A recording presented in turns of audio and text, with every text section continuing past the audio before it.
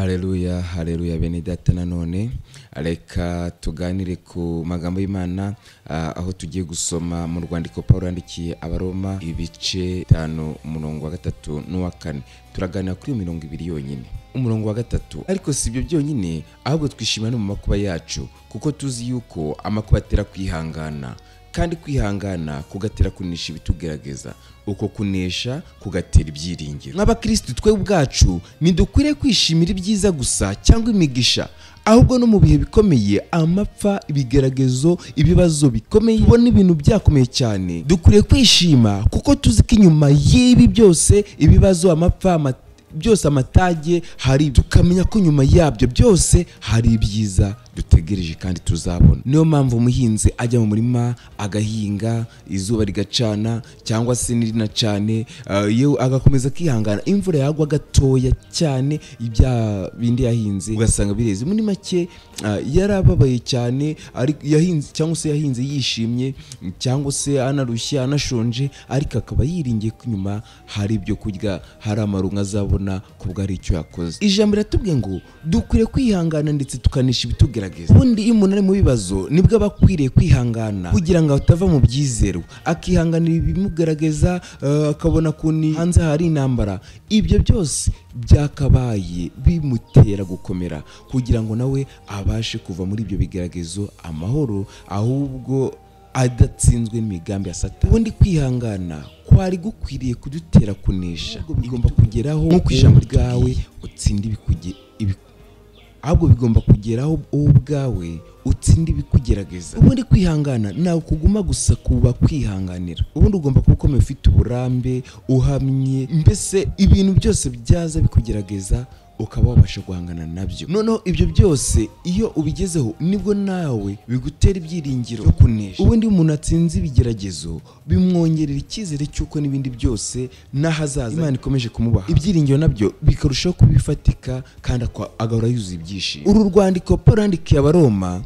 yagaragazaga ko ibigeragezo atari ibihano cyangwa se ibintu byaducogoza, ahubwo ni uburyo Imana ikoresha idutoza kugira kwihangana, gutsinda ibitugerageza, ndetse bikadutera kugira ibyiringiro. Ubundi amahinduka y'ubuzima bw'umukristo atangira mu bihe bikomeye, nibwo tugenda dukomera nk'umutako ucishwa mu muriro. Wenda abantu mujya gufunikisha amafoto,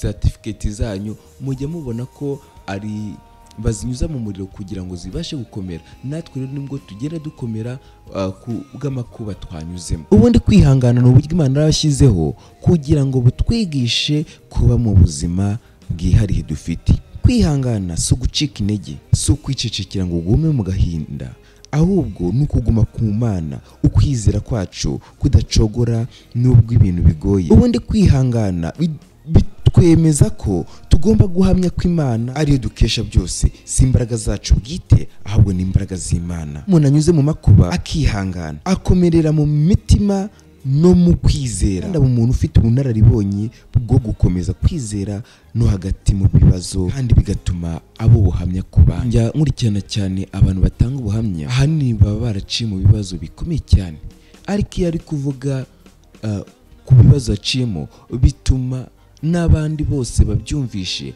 bakomera cyane, bakavuga ati uyu muntu niba yaraciye muri ibi bibazo, njye ubundi ndi guca mu bintu bimeze biti, ese ni gute nabasha kubikavaringa nkabicamo amahoro?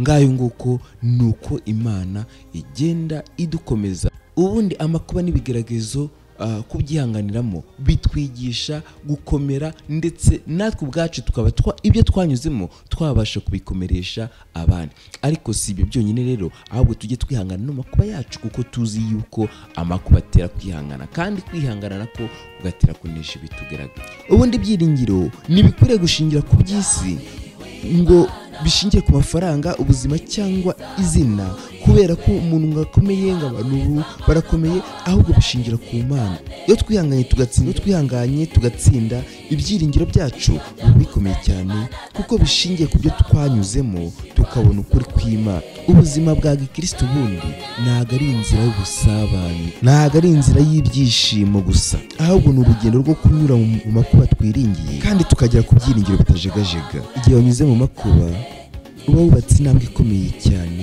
yo ku bwami bw'Imana. Igihe unyuze mu makuba uba wubatse intambwe ikomeye cyane yo kugana ubwami bw'Imana. Ubundi amakuba unyuramo, amakuba tunyuramo ahubwo niyo atugira kuba bimanisha. Muvandimwe, ndajya mubwire ngo ibigaragaza unyuramo ntago biguhitana, ahubwo nibyo bikugira kumera nk'uko Imana ishaka, nibyo biguhindura uwo Imana ishaka. Mbese umuririmbyi we yaravuze ngo umutima ukomeye kandi uzinutswe icyaha, aravuga ngo mvugutira kandi uncure, umindura icyuma cyawe uhora ukoresha. Rero kwihangana kwawe niko ukwiriye kugutera kunesha ibikugerageza kugira ngo kukunesha nako utere ibyiringiro muri wowe.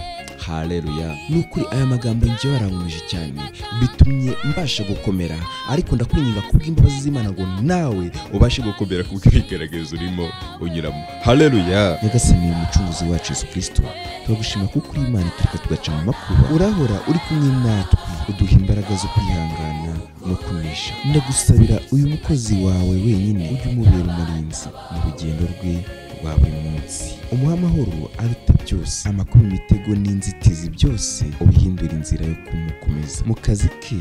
Uba imbaraga z'ibyemezo byose akora bibe byuzuye ubwenge buturuka kuri wowe. Umuhe kunyurwa, gutsinda no kwishimira ibikorwa bye. Muherekeze mu nzira zose, umutegurire imigisha udasanzwe, kandi uko anyura mu bibazo byose umwongerera ibyiringiro bihamye n'itsinzi idashidikanywa. Mwami, turagushimiye kuko uri Imana yacu,